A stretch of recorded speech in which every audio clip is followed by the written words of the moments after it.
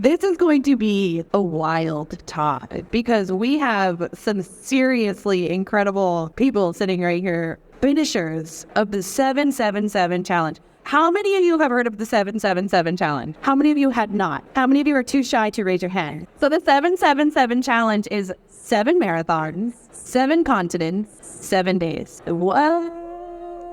Sitting with me are Kelly McGilvry, we got Dave McGilvry, and Becca Peasy. I asked them, I have these little note cards with their bios on it, and as we were all chit-chatting, I was like, these bios do not do you guys justice. So I asked them to take a couple of minutes to introduce themselves to all of us, how they got into running, and how they got into these incredible races and challenges. Becca, do you want to go first? So I started running with my dad when I was 6 years old, and it has taken me around the world. I have run over 100 marathons. I'm going to be running my 20th consecutive Boston Marathon. I've run a marathon in all 50 states, and it's just been an incredible journey. I most recently competed in Kona Ironman, and that was awesome. I had so much fun. It was really, really hard work, but it was nothing like crossing the finish line and entering the carpet, and it was an incredible day. So I'm just drawn to the ultimate test of endurance and strength. I love to run. I love to travel.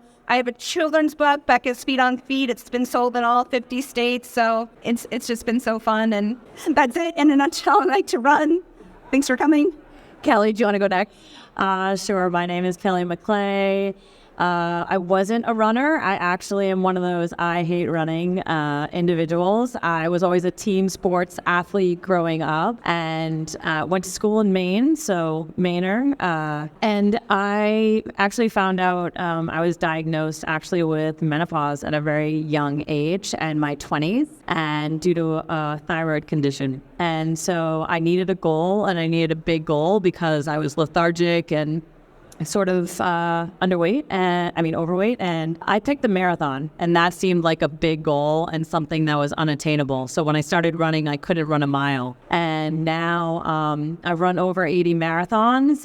My passion led to my profession. I founded a marathon travel company, Fitness International Travel, in 2016. And so now I get to bring runners around the world and watch them hit these incredible goals. My own personal resume beyond the 80 marathons that I've done is I finished the World Marathon Challenge twice, run across Italy with a team, which was really fun. Yeah, it's been an incredible journey. Ironman is on my list. My Ironman got canceled, but I just finished coming from Australia with my 7, 4, and 2-year-old by myself. So I think that was an endurance event in itself too. So, I'm Dave, and I'm not sure why I'm up here with these two amazing athletes. But for me, it started when I was a young boy growing up in Medford, only 7 miles from here, and I had a challenge, and well, you can see it. I was vertically challenged, still am.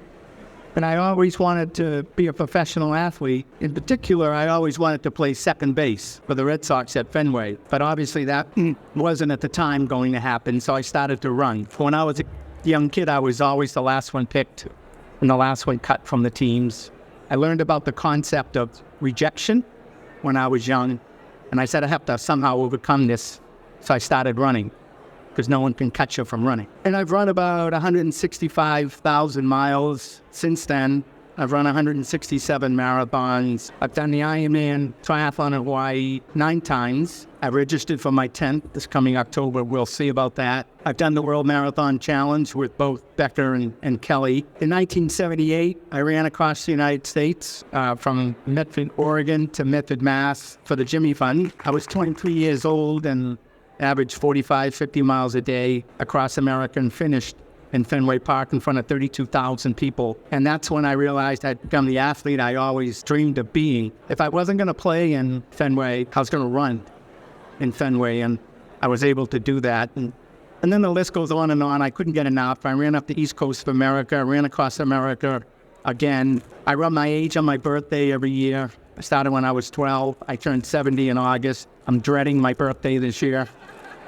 That's a long way for a 7-year-old, but it's there. You know, and I've done a 24-hour swim in a pool. I've done a 24-hour bike ride. I've done a 24-hour run, all to raise money for charity. And when I ran across the country doing it for the Jimmy Fund, Runner's World said that that was the first time anyone had combined running with raising money for charity. So I would like to think I was on the cutting edge at the time. So lastly, you know, it's interesting. This year it's going to be a big year for me. I've run the Boston Marathon. I've directed it for 37 years. I've run it 51 years. These folks have run with me too. Because I directed during the day, I run it at night. Been the last finisher for the last 36 years. But this year I asked permission and I was granted that I could finally go back and run the race during the day for 30,000 people instead of 10. So I'm really looking forward to jumping in the middle of the Boston Marathon once I get the first few waves going and actually seeing what it's like. The last time I ran it during the day, there was only 7,000 runners, and now there's 30,000. And then lastly, I'm going to come right full circle for all of you. I told you my goal in life was to play second base at Fenway. So the Red Sox contacted me and said they knew that that was always my dream. So in a couple of months, they've invited me to come to Fenway Park and play second base. That's incredible. So they signed a one-day contract with the Red Sox to play second base. Probably not in a real game, but what the heck, right? I know your agent negotiated you a really good rate. So dreams do come true. That's amazing, Dave. I mean, this is truly 3 spectacular athletes. I'm really curious, how old were each of you when you ran your first marathon? I ran the Boston Marathon when I was 17. I said I was 18, but I was 17. Dave, comment. Exactly. You lied. Did you want to color off the course? I was 17 also. You had to be 18. There were no qualifying standard way back then. So I ran it as a 17-year-old, and unfortunately, I dropped out at Heartbreak Hill and got taken to the Newton Wellesley Hospital in an ambulance and vowed to come back the next year as an 18-year-old, officially register and run it. And when I crossed the finish line in April 1973, I said, I'm going to run this race every year for the rest of my life. And that's just what I've been able to do. Wow. 51 years in a row. Kelly? So I don't think quite often, I mean, maybe with Bostonians, you might find this, but my first marathon was Boston as well, and it was in April of 2005. Wow. How many of you have ran the Boston Marathon? How many of you aspire to run the Boston Marathon? Beautiful. Stunning. If you guys don't mind, I want to talk about the 777. Becca, how did you hear about this challenge? I read about it in Runner's World, and I was like, wow, this sounds incredible. And all my great ideas I take to my parents, and they're like, no, that sounds really dangerous. But I said, what about like if Dave McGilvry thinks it's a good idea? And they said, no one's going to think it's a good idea, but go ahead and ask him. And I asked him, and he was like, yeah, I think that's a great idea. And my parents were like, we are both crazy, but it took them like a month to come on board and support it. And I had an opportunity to get into the Guinness Book of World Records for racing it, which I did, which was blood, sweat, and tears, but worth it. It was an incredible journey and a really well-organized race. The locations were awesome. So I trained for like 1 year, really, really hard work with 70 to 100-mile running weeks and CrossFit, personal training, all the things, just to make sure that I could really, really run and finish strong. So it was incredible. The locations were great. It was really well-organized, and it's so much fun. I did it again. Kelly, what goes into training for a challenge like that? I am probably next to these two. Well, we'll just say I'm the best one, not in terms of training for like the physical part of it, but I think for all of you out there that might struggle with how do you find time to fit this in your schedule, you know, between a business and kids. So out of these two, I knew 1 month prior that I was going to run the World Marathon Challenge when I did it the first time. And I knew 10 days prior the second time. So I always used to say, oh, don't ask me about the training part because I'm the worst person to ask. But where my body knows the marathon, I think all of us have struggled through training and sessions and cycles. You might want to ask them another question, but I think where I succeed is the World Marathon Challenge is really hard for individuals that need the same regimen. And if anything, even going into your like one marathon, I try to say, don't get too caught up on, I have to do this has to be done here, because it makes you really nervous for the next morning. So my strength is the spontaneity. I'm used to flying. I'm used to traveling. I'm okay with running at 3 a.m. I'm okay with running at 7 o'clock at night, or going from negative 20 to positive 90 in less than a 24-hour cycle. So my strength is rebounding and recovery. And then I just kind of, that the race director told me, you'll just train while you run. Unlike a schedule where some people were doing a series of 10 miles per week and a series of, half marathons and a series of 20 miles, or I think Dave ran the Disney Goofy Challenge. I went in blind, but my strengths are spontaneity and not, the up and down in the travel. So That's awesome. Dave, how did you train for it? Well, I have a mantra in my life, and I was taught this by my grandfather, who was waiting for me in my first Boston Marathon at Coolidge Corner, and I never made it. And I said, I'm sorry, I failed. He said, you didn't fail, you learned. I said, I learned what I learned. He said, you learn you cannot go along in life and set reckless goals. You had no business being in that race. You need to earn the right. So when I was asked, and that resonated in my head for the rest of my life in terms of training for these things that I've been able to accomplish. And when I was asked if I'd be interested in doing the World Marathon Challenge, I said, I'm interested, but I'm not committing. Why aren't you committing? Because I haven't earned the right yet. Give me a few weeks. Few weeks go by, and I say, I don't know. I was 63. This is only 5-6 years ago. Now, I'd run 45, 50 miles every day for 80 consecutive days. So in my head, I can run 7 marathons in 7 days.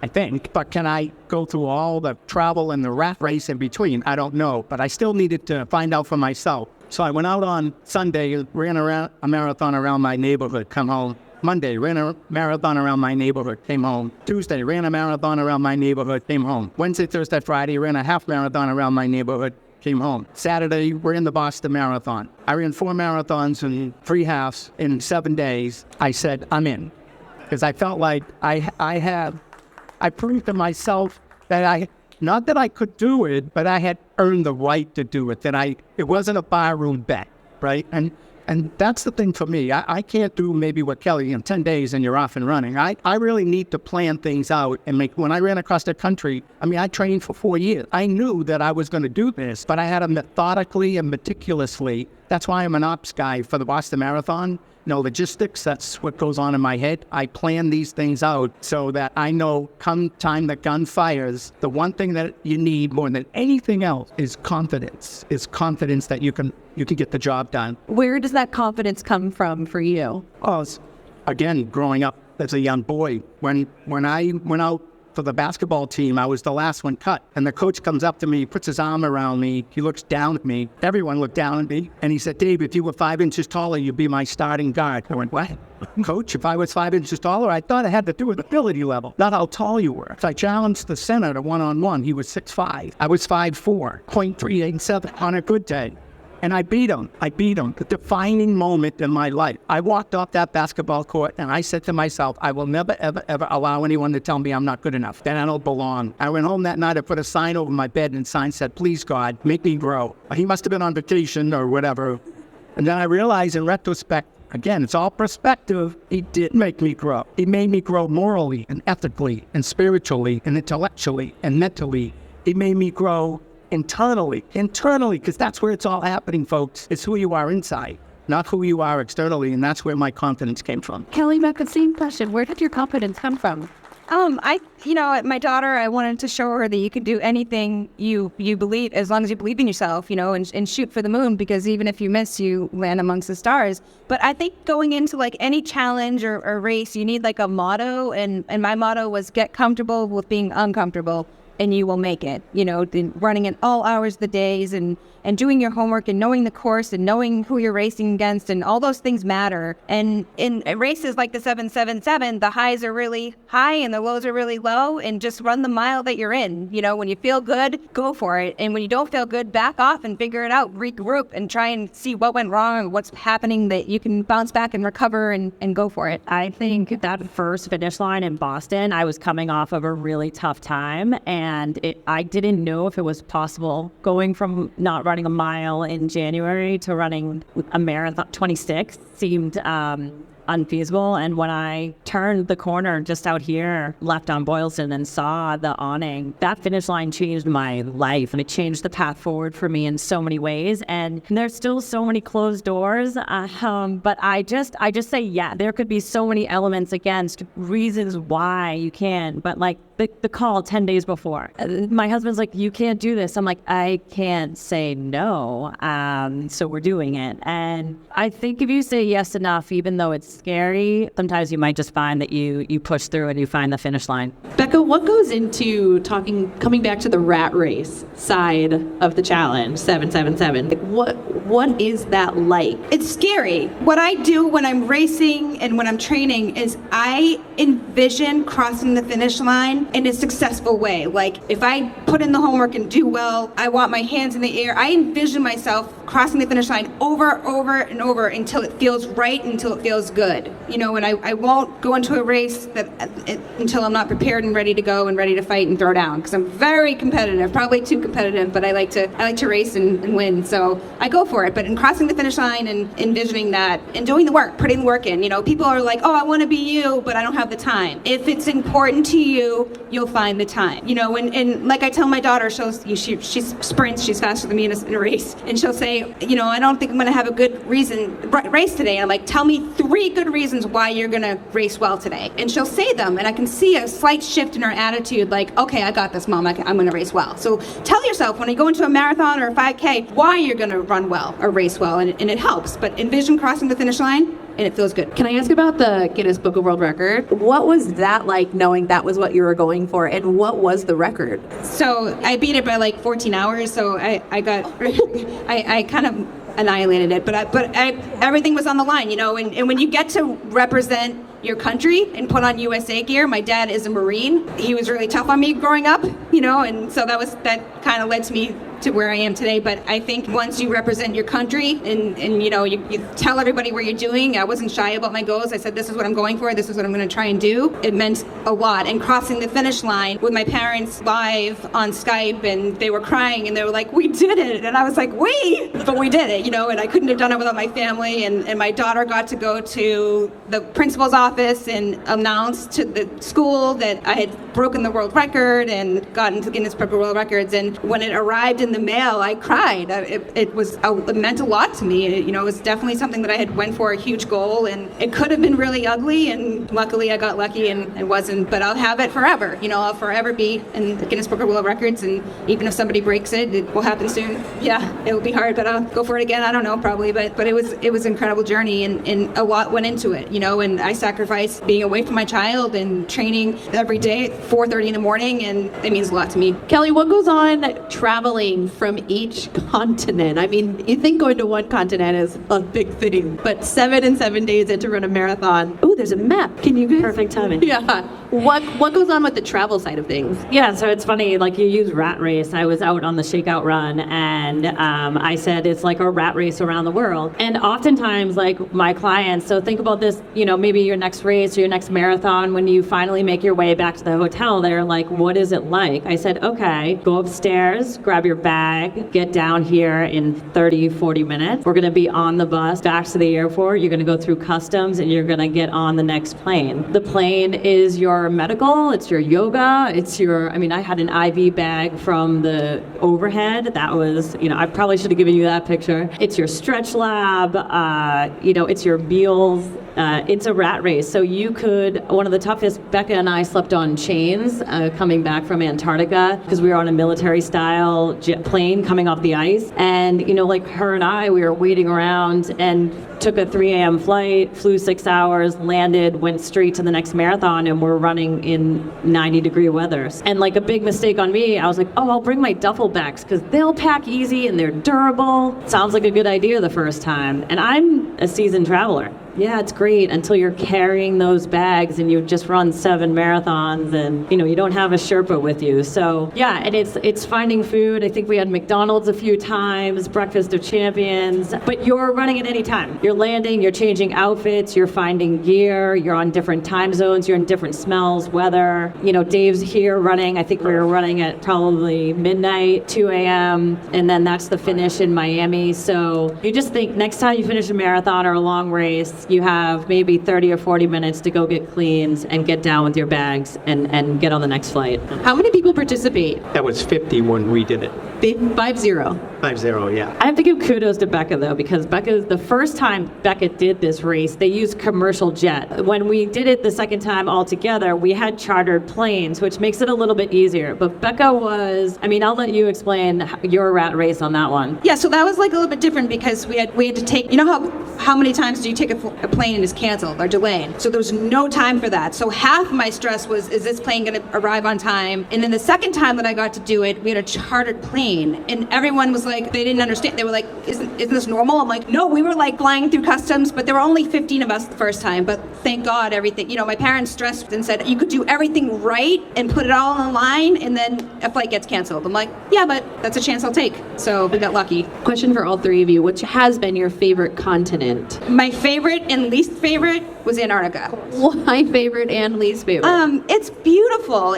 I felt so lucky when I stepped out the plane and we got to run on a glacier in Antarctica, but it was so cold. For me, I felt like I was, it was pretty cold for me. Even though being in Boston, my parents were like, how are you going to train for this? It's just as cold here, but probably the pressure. And there was no satellite at the time, so when I landed at the next location, I had like 1,000 emails. It was stressful, but it was beautiful. I felt very lucky and fortunate to be running it, doing my favorite sport, running in Antarctica. It was incredible. For me, just on the rat race thing quickly, it was weird. For me, it was all about sleep deprivation. The running I could hardly wait to get to the run. Everything else was bothersome. And for me, I could not sleep on the plane. So after the first time, the second flight, the third flight, I was probably getting maybe 3 hours of sleep. And I turn around and I see Kelly and I see Becca, and they're like, with the mask on and everything. And I was going to get out of my chair and run up and down and wake everyone up. This isn't fair, But they were all sleeping and I just couldn't sleep. And I thought,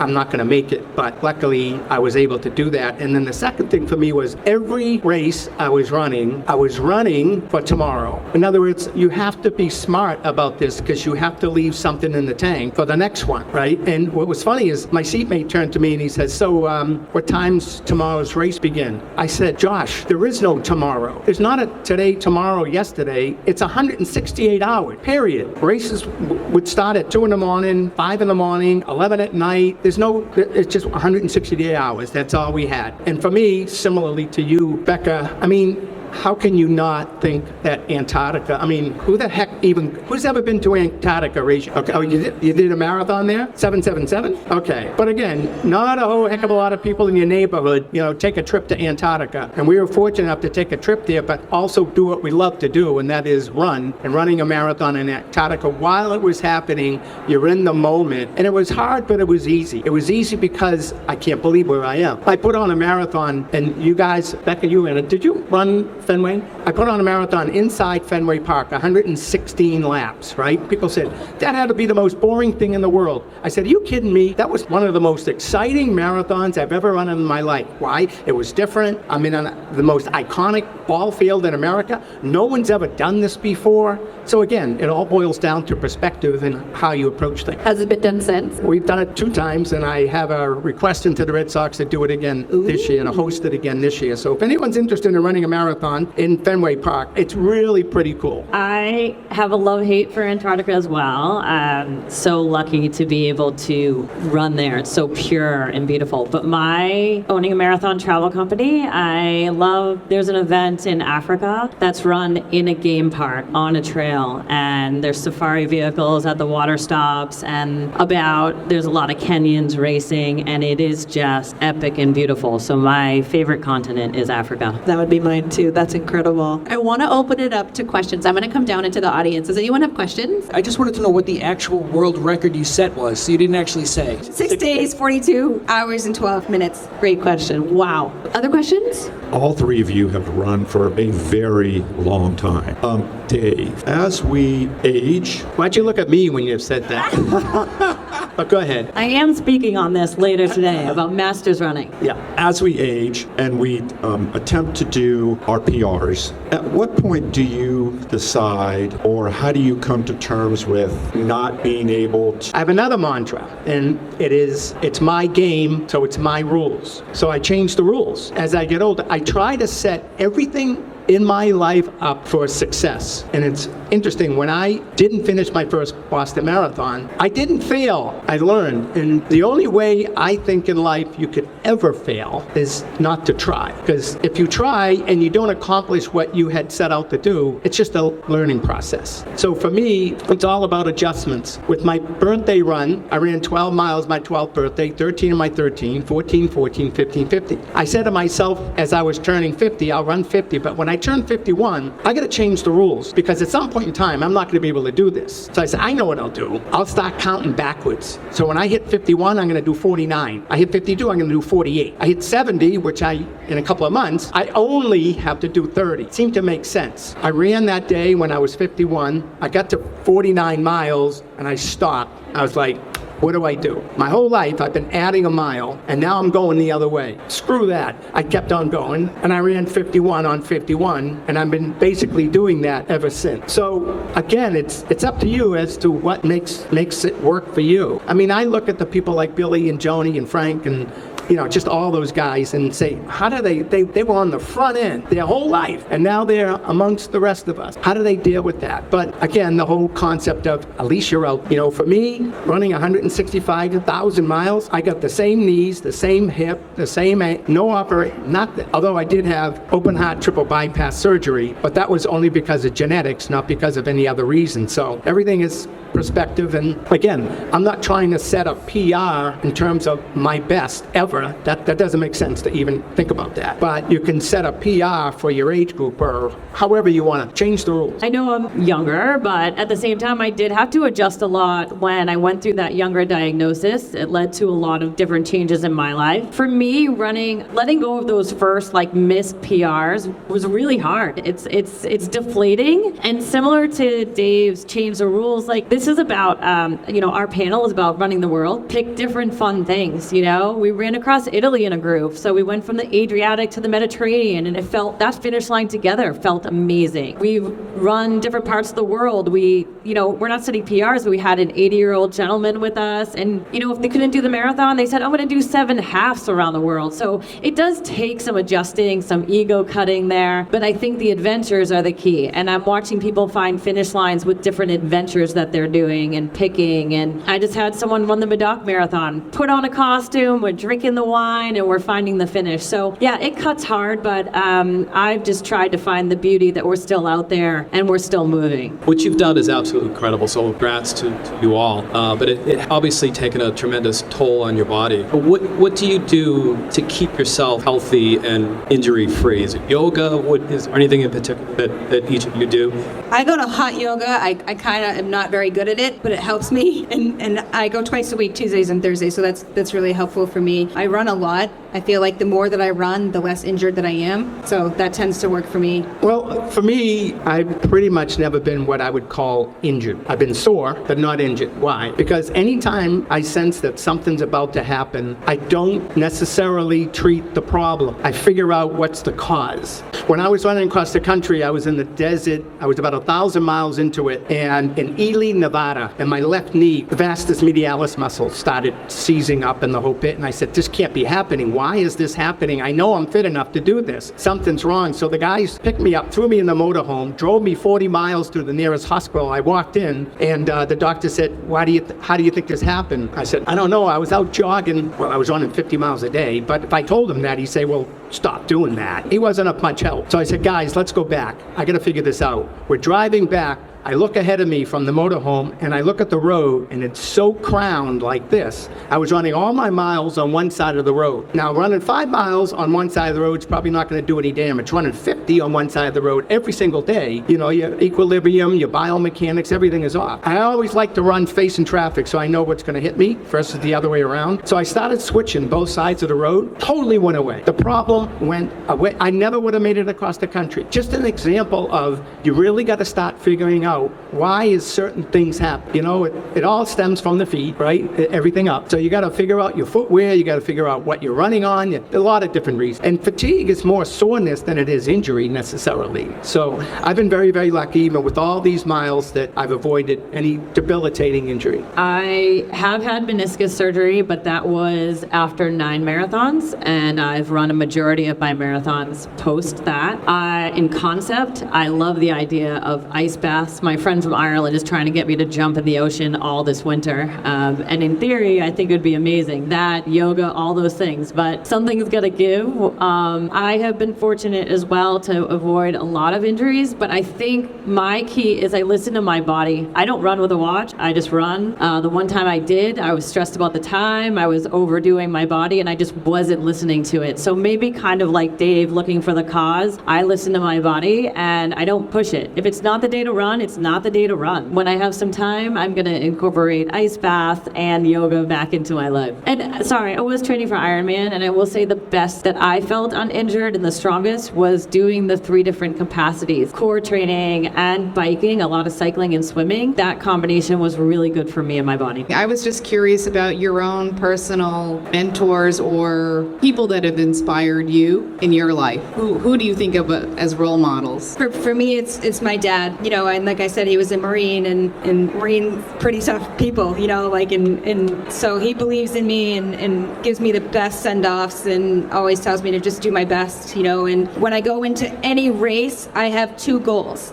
On an A, when my A game's on, I'm here, and B game, and I talk to him about my goals, and I know that he's at home tracking me and holding me accountable, but for me, it's definitely my father, and my parents are high school sweethearts, and they're kind of stressed out about my plans all the time whenever I tell them what I'm up to, what I'm doing, but they really are. They rally for me, and they come to everything, and they're really supportive, and my daughter's 16, so she's driving, and that's very stressful, but hopefully she can drive me to races and be there for me too, but I want to just show her that I can do anything, as long as I believe in myself, and having her support, she's the first person I call every single time I cross the finish line. I call my daughter, and having her support means the world to me. I would have to go with the same. I have a very strong family. They've always said, try anything, do anything, which I think is like Becca's parents. My mom thinks I'm going to die every time I leave. So for them to continue to say, go after these aspirations, we can't believe it. Having that support system has been amazing. As a female in this industry, I grew up with like Kara Goucher and Des, and watching Des win the Boston Marathon in that epic race as a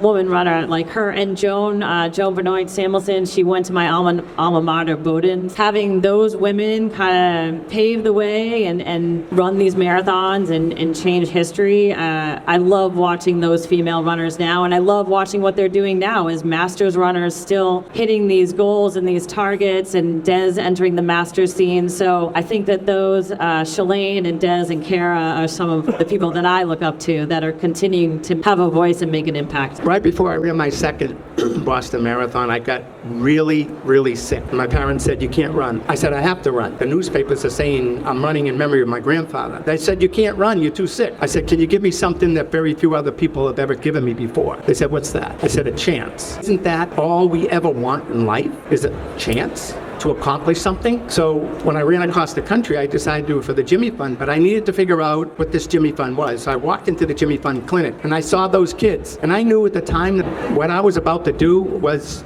no way as difficult as the battle that these kids are fighting for their own life. And I saw a sign in the Jimmy Fund clinic, and the sign said, God made only so many perfect heads. The rest of them have hair on it. And it just hit me. It's hit me about the concept of turning negatives into a positive. These kids have more guts and more courage and will to want to live than I'll ever have, in a sense. So talk about inspiration. Talk about who inspires you. For me, it's the kids. It's the kids that need our help. So I've spent my whole life helping to raise money for all different nonprofits through my business, DMSC Sports, personally, all the different runs. We've raised over $300 million for all these different charities and stuff. And to be honest with you, you can almost say it's selfish, because I've always believed that when you give, you receive even more in return. So I love constantly giving because it helps me. And the last point is this. I've directed about 1,600 events all over the world. People say to me, how do you earn a living putting on road races? I said, I'm not putting on road races. What are you doing? I said, I'm helping to raise the level of self-confidence and self-esteem of tens of thousands of people in America. You know what the toughest part about running a marathon is? Signing the application. It's having the guts and the courage to sign it. Then you sign it, you work hard, you earn the right, you toe the line, you answer the gun, you run the course, you cross the finish line, you get a medal, and magic happens. You go home feeling good about yourself. And there's nothing more powerful in this world than to feel good about yourself, because it's the very foundation by which we accomplish everything in our life. So my goal in life every day is to feel good about myself. But I do that by giving back.